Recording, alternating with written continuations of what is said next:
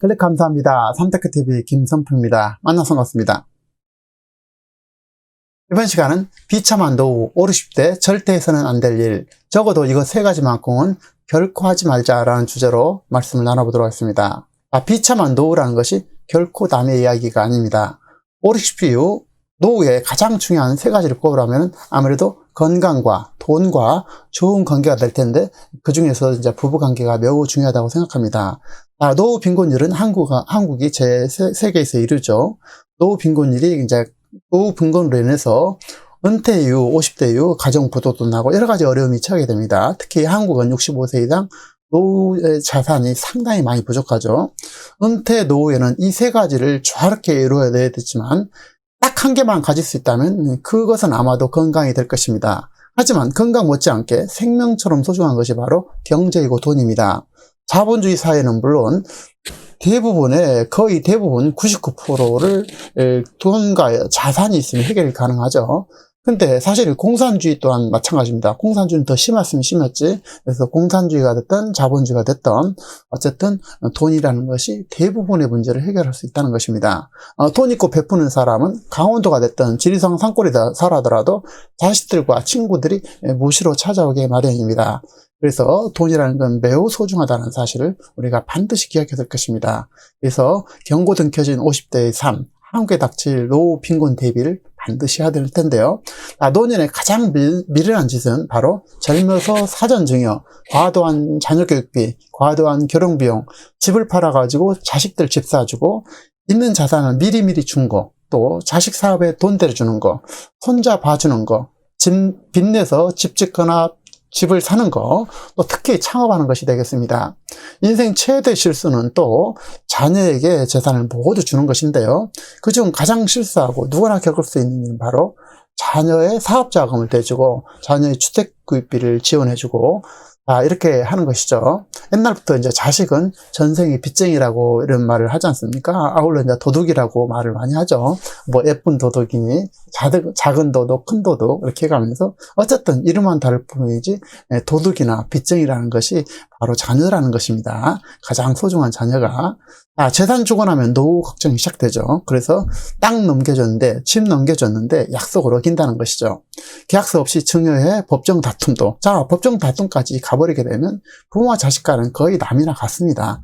부학료 청구 사건도 255건이라는데 갈수록 보시면 제일 중요한 것은 이게 2010년도부터 지속적으로 이렇게 부모와 자식 간에 법정 다툼이 이렇게 있다는 것입니다. 그래서 적어도 한평생 살면서 자식하고 법정 다툼까지 가서는 안 되겠죠. 그야말로 비극이 되죠.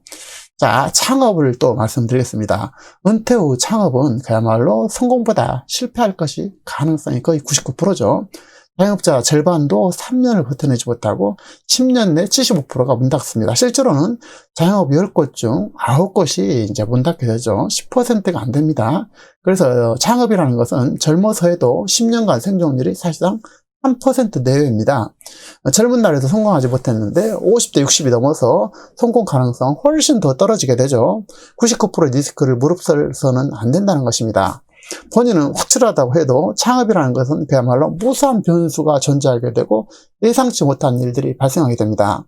창업할 때 완벽한 자기 동조와 특히 극히 일부의 재산으로 이렇게 시작을 해야 될 것이고, 그래서 만일 실패하다가 하더라도 과감히 접어버릴 수 있는 그 정도만 해야 된다는 것입니다. 만일 창업을 꼭 해야 된다면 조건인데 그것은 바로 자기 가진 것의 10% 이내에서 하라는 것이고 최소로 시작해서 늘려가라는 것입니다. 실패해도 손 털면 그만일 정도가 은퇴 후 창업의 조건이다 이렇게 말씀드릴 수 있을 것입니다. 특히 전 재산을 걸고 창업을 한다든지 주택을 담보로 해서 사업하는 것만큼 어리석은 짓은 없습니다. 은퇴 창업은 원칙적으로 돈이 들지 않는 창업을 해야 되고, 온라인 사업이라든지 돈이 들지 않는 사업, 또 들여서 실패해도 전혀 문제가 되지 않는 범위로 반드시 제한해야 됩니다. 은퇴 후 사업의 원칙은 최후 보루인 주거주택을 담보로 해서 사업할 생각은 어떤 경우든지 접어야 된다는 것이죠. 그것은 본인이 됐든 자녀가 됐든 마찬가지입니다. 유일한 자산이고 내 생명과 같은 주택을 담보로 해서 사업할 경우 만일에 실패하면 실패할 확률이 99%인데 97%인데 길거리로 바로 나앉게 되고 가정이 다 파탄되게 됩니다.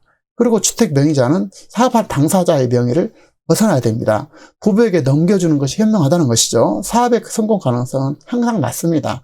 그래서 실패했을 때도 적어도 가정의 울타리인 최후의 보루인 자기 집은 지켜내야 한다는 것입니다. 그것은 반드시 우리가 꼭 명심해야 될 것이고요. 자, 자식연금 따라하다간 폐가망신, 재산 자식에게 절대로 모두 넘기지 마라 이렇게 했고, 노후 천덕꾸리 신세가 된다라고 말씀드리는데, 자, 그래서 남들이 미리 전략적으로 정의한다 이런 말을 하는데, 이것은 이제 큰 부자들은 할 생각이고 일반 서민들은 굳이 그럴 필요 없다는 것입니다. 가장 결정적이고 가장 크고 대부분 실패하는 것은 바로 세상에 둘도 없는, 그리고 가장 가까운 자녀들에게 돈을 빼앗기는 것이라는 것이죠. 비참한 노후를 만드는 확실하고 대표적인 것이 바로 자녀에게 자기의 모든 것을 주는 행위가 되겠습니다. 어떤 경우든 자신이 결정적 한 가지는 반드시 쥐고 있어야 됩니다. 그래서 생존이 가능한데요. 그 결정적이라는 것은 결국은 자금이고 돈이 되겠죠. 돈을 잃은 노후는 모든 것을 잃게 됩니다. 자, 사자라면 이빨과 발톱이 없는 거나 같죠. 자, 사자가 이빨이 없다. 그럼 사자로서 대접을 받지 못하죠. 바로 쫓겨나게 됩니다. 마찬가지입니다. 그래서 자산이라는 것은 경제적인 돈적인 자산과 시간적 자산이 있을 것입니다. 그래서 젊어서는 자산은 적어도 그도 시간이라는 자산, 이것이 무한대로 가능성이 있고 꿈과 청춘만큼이나 시간의 자산이 있죠. 하지만 노후의 유일한 자산이라는 것은 결국 돈밖에 없습니다. 그 젊음과 시간이 나이가 갈수록 점점 0에 근접하기 때문에 젊은이는 시간과 재산과 돈이 없어도 젊음과 가능성이라는 엄청난 많은 재산을 가지고 있습니다. 그러나 은퇴 후 나이 먹어서 노후에는 유일한 자산은 경제적, 돈적 자산이 그의 전부라는 것이죠. 그런데 시간적인 부자인 자녀가 아니라 시간의 가난뱅이인 유일한 자산이 경제에 돈밖에 없는 본인이나 잘 챙겨라는 것입니다. 예를 들어 보겠습니다. 조선 태종 때 태종은 한창이었던 52세 이제 22살이었던 세종대왕에게 왕위를 양해하게 되는데요. 그래서 물러나게 되는데 그 물러날 때 세종한테 한 가지 조건을 걸게 됩니다. 그것은 태종이 30세까지는 군사에 관한 일은 직접 챙기겠다고 신하한테 공표를 한 것이죠. 지금도 그렇지만 군권이라는 것은 그야말로 나라의 핵심이자 생명과 같은 것이죠. 권력의 핵심 중 핵심은 바로 군사가 되겠습니다. 오늘날로 따지면 대통령이 통수권자인 것처럼 호랑이 이빨처럼 사자 이빨처럼 매우 중요한 것이 이제 군권인데요. 그런데 왕이 양해 후 2주가 지나자 그때 병조 참판이었던 강상이라는 자가 군사에 관한 일을 태종을 걸르고 제껴두고 세종한테 직접 보고하게 됐습니다. 자, 이때 처신이 중요한데요. 태종은 어떻게 대응을 했을까요? 태종은 즉시 강상이를 하옥시키고 투옥시키고 이후에 모반죄까지 더해가지고 처형시켜버리게 됩니다. 강력한 이런 일 이후에 태종 이방원은 골치 아픈 정사는 돌볼 필요도 없고 사냥이나 즐기면서 권한을 누리고 대우받다가 세상을 떠나게 됩니다. 여기에서 우리가 핵심적인 교훈을 꼭 얻어야 되는데요. 노후에 자신의 가치를 스스로 지키려면 다른 누가가 아닌 내 스스로가 그 자신을 지켜내야 된다는 것입니다. 나를 지켜내기 위해서 나의 재산을 어떻게 마지막까지 자기가 컨트롤할 것인지를 냉정하고 핵심적으로 관리를 해야 된다는 것이고, 어떤 유혹이 와더라도 뿌리치고 변함없이 지켜야 된다는 것입니다. 본인이 인간다운 삶을 살아날 수 있는 마지막 수단이 된다는 것이고요. 그리고 마음 약하고 정이 많아서는 결코 재산을 지켜내지 못합니다. 마음 약한 분들은 차라리 과감하게 주택과 농지를 주택연금이라든지 농지연금으로 돌려놓고 자녀들이 처음부터 단락하지 못하도록 환경을 만드는 것이 훨씬 현명하겠습니다. 그래서 매월 소득이 들어온다면 자녀는 물론 노후의 대부분의 문제들이 해결되죠. 자녀의 사업비로 내주는 자금은 회수될 가능성이 1% 이하입니다. 사실상 0%에 근접하죠. 자식의 전 재산 상당 부분을 사업자금으로 대주는 것은 가장 어리석고 매우 위험합니다. 차라리 자녀가 사업을 해서 완전히 망가졌을 때 그때 손잡아 주는 것이 현명하다, 이렇게 말씀드렸습니다.